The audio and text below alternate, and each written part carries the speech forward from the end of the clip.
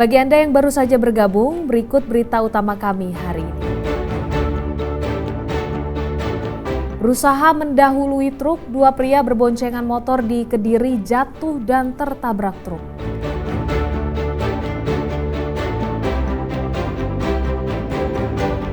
Terdakwa pencabulan 3 anak di Panti Asuhan Surabaya divonis 19 tahun penjara.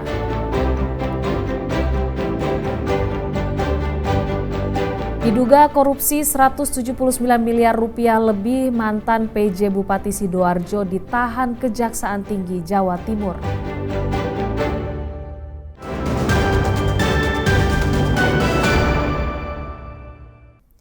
Terdakwa pencabulan 3 anak panti asuhan di Surabaya Selasa petang divonis 19 tahun penjara dan denda 500 juta rupiah oleh Hakim Pengadilan Negeri Surabaya. Ia terbukti secara sah dan meyakinkan melakukan kekerasan seksual terhadap anak asuhnya. NK terdakwa pencabulan 3 orang anak panti asuhan di Surabaya, Jawa Timur, Selasa sore menjalani sidang putusan di Pengadilan Negeri Surabaya. Dalam amar putusan yang dibacakan Ketua Majelis Hakim Nur Naningsih Amriani, terdakwa Nur Herwanto secara sah dan meyakinkan melakukan tindak pidana kekerasan seksual terhadap korban 3 anak asuh di panti asuhan miliknya. Terdakwa dijatuhi hukuman 19 tahun penjara dan denda 500 juta rupiah. Baik ya, sidangnya telah selesai.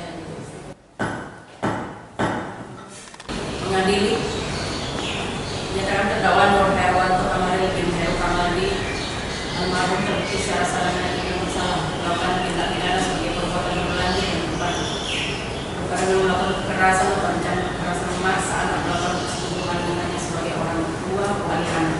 Dijatuhkan pidana terhadap terdakwa itu dengan pidana penjara selama 19 tahun dan denda 500 juta rupiah dengan ketentuan jika denda tersebut tidak dibayar diganti dengan pidana kurungan selama 6 bulan.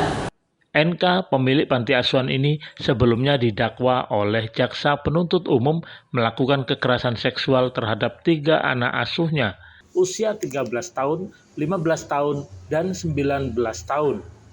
Aksi kekerasan seksual tersebut berulang terjadi sejak tahun 2022 hingga 2025. Menyikapi vonis hakim terhadap terdakwa, kuasa hukum korban mengatakan putusan yang dijatuhkan sudah sesuai dengan amanat dalam Undang-Undang Perlindungan Anak.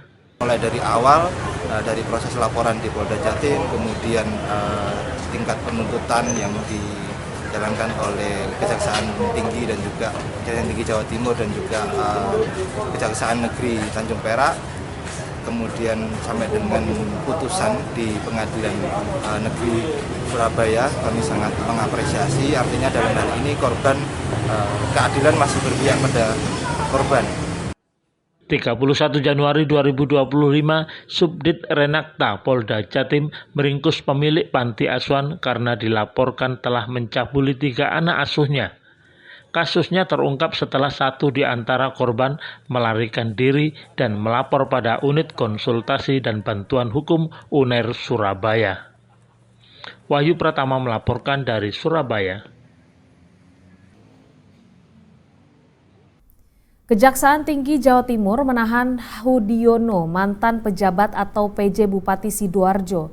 Hudiono dijebloskan ke sel tahanan atas kasus dugaan korupsi pengelolaan belanja hibah pada Dinas Pendidikan Provinsi Jatim tahun 2017 dengan kerugian negara 179 miliar rupiah lebih.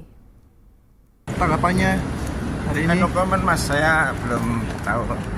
Selasa malam, penyidik tindak pidana khusus Kejaksaan Tinggi Jawa Timur menahan mantan PJ Bupati Sidoarjo, Hudiono.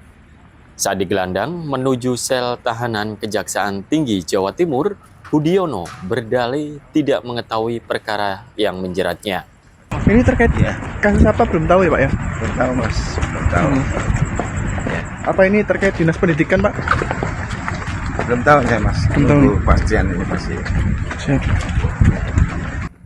Dalam rilis tertulis yang diterima dari Kejaksaan Tinggi Jawa Timur, Hudiono ditahan atas dugaan korupsi, pengelolaan belanja hibah, barang dan jasa SMK swasta, serta penyimpangan kegiatan sarana dan prasarana belanja modal SMK Negeri tahun 2017 di Dinas Pendidikan Provinsi Jawa Timur. Dugaan korupsi tersebut mengakibatkan kerugian negara senilai 179 miliar 975 juta rupiah. Selain Hudiono yang dalam perkara ini selaku pejabat pembuat komitmen di Dinas Pendidikan Jawa Timur saat itu, Kejaksaan Tinggi Jawa Timur juga menahan pengendali penyedia atau pihak ketiga berinisial JT.